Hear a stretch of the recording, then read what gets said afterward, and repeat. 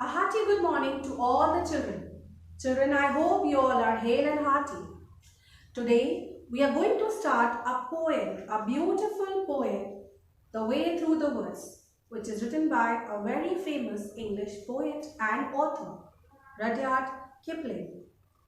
This beautiful poem tells us about the secret world of nature, which exists because an old road no longer exists. All the trees, the grass and animals have reclaimed it. Before we begin reading the poem, let me give you a quick insight into the life of this famous poet. Sir Rudyard Kipling, the author, the poet of this beautiful poem, was born to British parents and in India, who spent all their lives in preserving Indian art and architecture. Rudyard Kipling was sent to England for his further studies when he was just 6. He rejoined his family back in India after 11 years and he started pursuing as a career of journalism.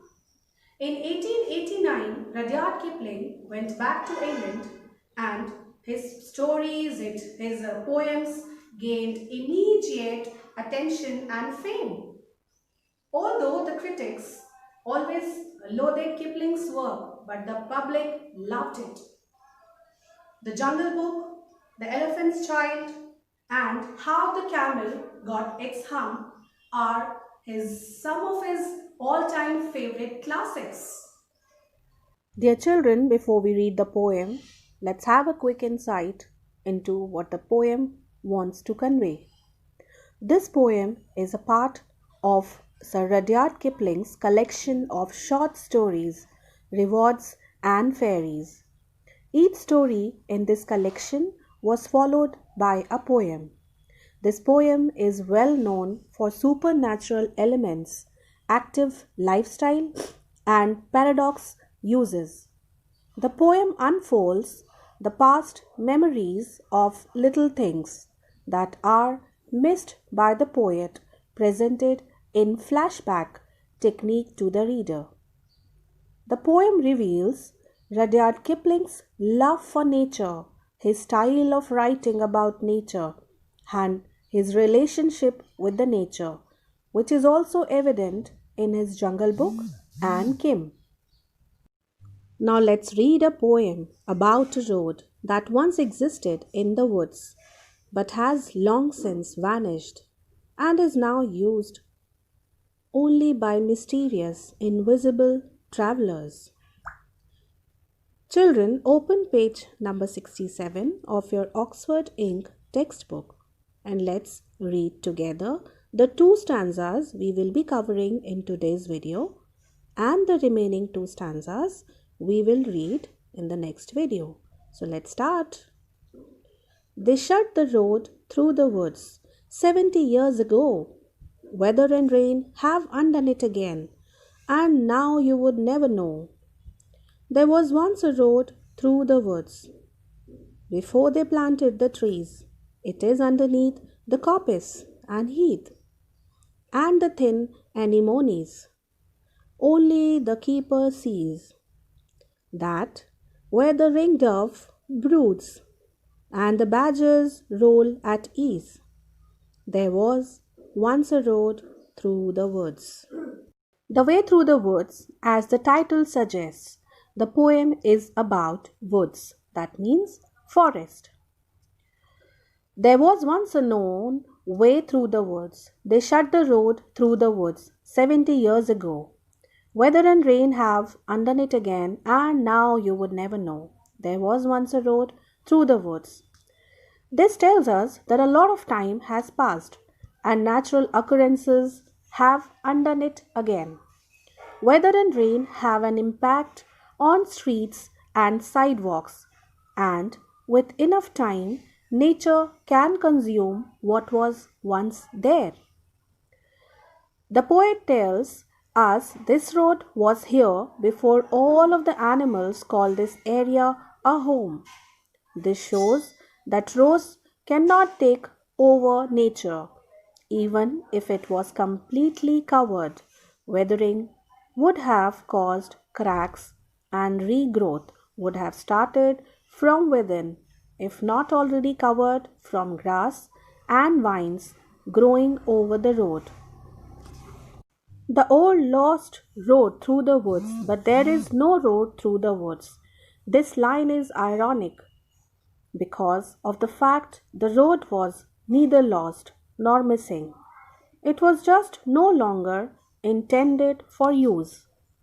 Nature had taken over, and that road became part of its anew. So, when this poem was written, you could say it was about the industrialization, with everyone moving towards the cities and factories. Other areas were left for Mother Nature's taking. So, the poet talks about the transformation that had taken place over a period of time. The sleepy little town of the poet's memories had changed into a large modern city with multi-storied buildings, having replaced the old villas and bungalows. We will continue with the rest of the poem in the next video. Children, please take care of yourself. Bye-bye. Good morning, dear children. Welcome back to the English class. In the last video, we started with the poem Section 3, The Way Through the Woods, which is beautifully written by Rudyard Kipling, who was a very famous English poet and author.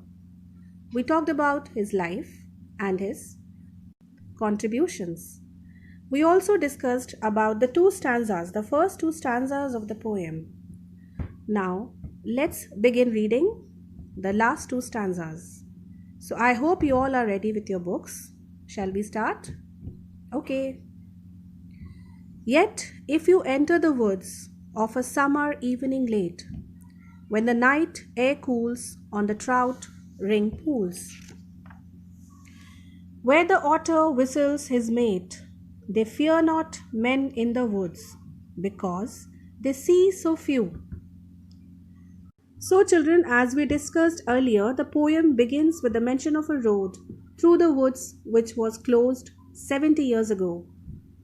And we also came to know that the road was left undisturbed. So, for many years, the weather and the rain have undone it, like they have destroyed it. The place was looking as it was before the formation of that road, but now no one could tell if there was even a road through the woods. It is because the road has disappeared beneath the bushes and scrubs of different kinds of plants. It is hidden from the human eyes. After the road was closed, the trees were planted. Those trees have grown up now, and that road has become the part of the wood itself. Children, but now the road, which is not seen and which is now a part of the wood itself, is full of activity and life. It is occupied by the ringdove that broods there and the burrowing badger which rolls in it playfully. Now, if anyone goes and visits the woods in the late summer evening, he or she will come to know that there is more to the road. The night air cools above the pools that are full of trout fish, and the otter calls out to its mate. These creatures do not fear human presence because very few people enter the woods. So here the poet wants to describe the beautiful life of the wild creatures which survive in the woods, that means the forest. They are playfully enjoying their lives, they are happily spending their lives in the woods when there is no human disturbance. They are not scared of the human race because only a few people, almost none of the people, enter the woods.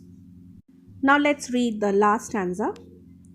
You will hear the beat of a horse's feet and the swish of a skirt in the dew, steadily cantering through the misty solitudes as though they perfectly knew the old lost road through the woods. But there is no road through the woods. In this stanza, the poet tells that one could hear the trampling of a horse's hoof when the horse isn't physically present. So he is in a flashback. This poem is in a flashback. The poet is recalling, or the speaker of the poem is recalling all his sweet memories connected with the woods. Perhaps it is a ghost from the past when the road was used by men on horseback.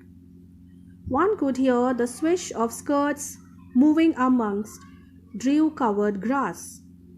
From these sounds, one could tell the difference that these people move in easy walk as if they perfectly knew where the road lay.